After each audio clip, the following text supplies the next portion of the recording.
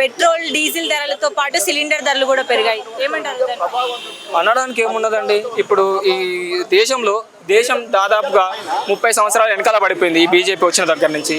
దానికి తోడు ఇప్పుడు మనుషులు బతకాలంటే కనీస అవసరాలుగా సిలిండర్ ఒకటి, గ్యాస్ పెట్రోలియం ఉత్పత్తులు అనేవి చాలా మినిమల్ అండి. ఇప్పుడు దేశంలో ప్రపంచం మొత్తానికి కూడా గ్యాస్ అనేది, ఇంధనం అనేది మెయిన్ కదా. మనిషి నడవాలన్నా, బండి నడవాలన్నా ఒక మెకానిజం ఉండాలి, దానికి పెట్రోల్ కావాలి. ఇంట్లో అయితే అదేంటంట గ్యాస్ కావాలి, సిలిండర్ కావాలి. ఇప్పుడు ఆయన పెళ్లి చేసుకుని ఉంటే, భార్య ఉండుంటే ఆ వంటగదిలో ఏ బాధలు పడుతున్నారు అనేది ఆయనకు తెలుస్తుంది. చదువు లేదు, ఏం తెలుస్తుంది అండి? చదువుకుంటే ఈ విషయాలు తెలిసేవి. సరే, ఎవరికన్నా చదువు వస్తుందా, దీని గురించి ఎవడన్నా ఎక్స్ప్లెయిన్ చేస్తాడా అంటే పెట్రోల్ ఎట్లా వస్తుందో కూడా వీళ్ళకి తెలియదు. అటువంటి పరిస్థితుల్లో ఉన్న వాళ్ళు ఈరోజు ఈ భారతదేశంలో పీఎంగా ఉన్నారు, దాని తర్వాత మినిస్ట్రీలో ఉన్నారు. వీళ్ళు ఎవరిని చదువు రావు. ఆడవాళ్ళ పైన ఆగాయితాలు చేయడానికి నెంబర్ 1.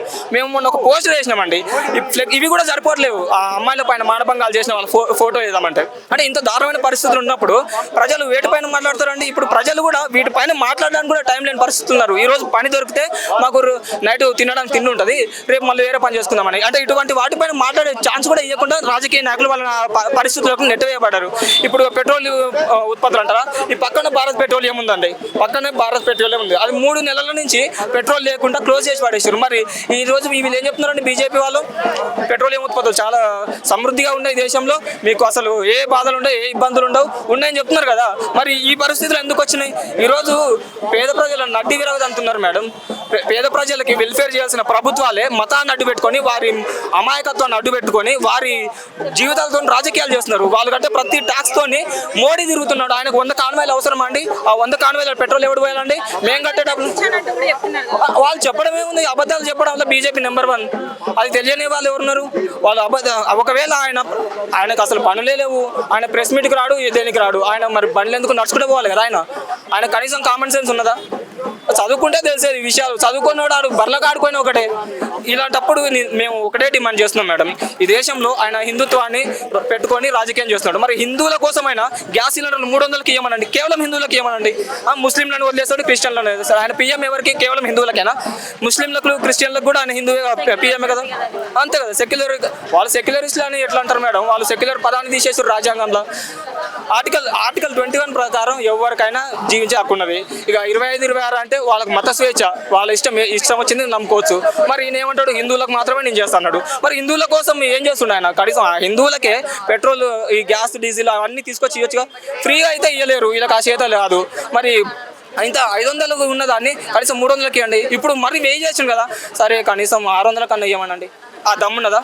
ఇవ్వగలుగుతారా? చేతనవుతుందా? వీళ్ళకి ఈ విషయాలు తెలియదు. కేవలం ఆదాని, అంబానీ కోసం బతుకుతారు వీళ్ళు. కట్టపన నయం మేడం, ఎక్కడ న్యాయం ఉంటే అక్కడ సైడ్ ఉంటాడు. ఈ కొడుకులకు ఏం తెలియదు, లోపరగాళ్ళు వీళ్ళంతా చదువుకోలేదు, లుచ్చగాళ్ళు. అందుకే వీళ్ళకి ఏం తెలియదు, ఆదానికి, అంబానికి ఊడిగం చేయడం కోసం తప్పితే వీళ్ళు దేనికి పనికిరారు. ఈ దేశంలో ఇప్పుడు గవర్నమెంట్ ఉందని కూడా ఎవరు అనుకుంటలేరు. పిఎం ఉన్నారు అంటే అరే పిఎం ఎవరు అని అడుగుతున్నారు. ఆ పరిస్థితుల్లో ఈ భారతదేశం ఉన్నది. బయట ఏం చెప్తున్నాడు? విశ్వగురు నేను ముచ్చట వేస్తున్నాడు ఆయన. అవును మేడం, కేవలం ఆయన ఈ మోడీ అనే ఆయన, అమిత్ షా అనే ఆయన అదాని, అంబానీ వాళ్ళ కోసమే బతుకుతున్నారు తప్పితే ఈ దేశంలో ప్రజలు ఉన్నారని కూడా మర్చిపోయాడు ఆయన. ఎప్పుడు ఆయన ఓట్ల కోసం మాత్రమే, కనీసం అప్పుడు కూడా నాకు తెలిసి ప్రజాక్షేత్రంలో తిరగడు ఆయన. ఎవరినో పంపిస్తాడు, ఆయన తిరుగుతాడు, ఆ డబ్బులు పెట్టి, డబ్బులు కూడా ఇయ్యారు. ఇప్పుడు ఈవీఎంలు డైరెక్ట్ దేనికి వచ్చినా వాళ్ళకి పడేటట్టు చేసుకున్నారు. కేరళలో మాత్రం వాళ్ళకి చదువుకున్న వాళ్ళు ఉన్నారు. కేరళ దేశంలో మొత్తంలో చూసుకుంటే కేరళనే చదువుకున్న దాంట్లో నెంబర్ 1 లిటరసీ రేట్ అక్కడే ఉన్నది. కాబట్టి వాళ్ళకి విషయాలు అర్థమవుతాయి, వాళ్ళు ప్రశ్నిస్తారు రా బాబు అని. ఆయన తీసుకోలేదు అధికారం. ఎందుకు తీసుకుంటే ఎగిరి దంతారు కొడుకుని. అందుకని ఈ దేశంలో పెట్రోలియం ఉత్పత్తులు అనేదే కాదు, ప్రతిదీ ఇప్పుడు దేశం ప్రజలు ట్యాక్స్ కడుతున్నారు మేడం. ట్యాక్స్ కడుతున్నప్పుడు ఈయన రోజుకు 3 డ్రెస్సులు మారుస్తాడు.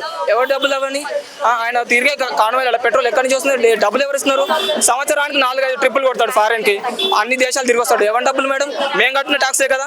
ఇప్పుడు మేము ఇంతమంది చదువుకున్న వాళ్ళు ఉన్నాం మేడం. మేము ఇప్పుడు మేము ఒకటి టీ పాయింట్ ఓపెన్ చేసినాం, ఇప్పుడు మాకు దొరకలేదు సిలిండరు. మేము దాని డబ్బులు కూడా కట్టలేదు. ఇవ్వలేకపోయినాం. ఆయన చెప్తేనే మేము చదువు వదిలేసి మేము కూడా ఆయన లెక్కనే టీ పాయింట్ పెట్టుకొని పిఎం అయిదాం అనుకున్నాం. ఇప్పుడు కనీసం గ్యాస్ సిలిండర్ కూడా దొరకలేదు మాకు. మరి మేము ఏం చేయాలి మేడం? ఇప్పుడు ఆపేవాడు కట్టాలి, మేమే కదా కట్టుకునేది, ఆయన వచ్చి కడతాడా? వానికి ఏమైనా తెలివి ఉన్నదా? మరి ఈ దేశంలో ప్రజలు ఎట్లా బతుకుతున్నారని కనీసం కామన్ సెన్స్ ఉన్నదా? ఆడు అమిత్ షా వాడు వాని గుండె మీద ఎంటకలు లేవు, ఆయన బుర్రలో గుజ్జు కూడా లేదు. వీళ్ళందరూ లోపరగాలు మేడం, ఏం తెలియదు వాళ్ళకి.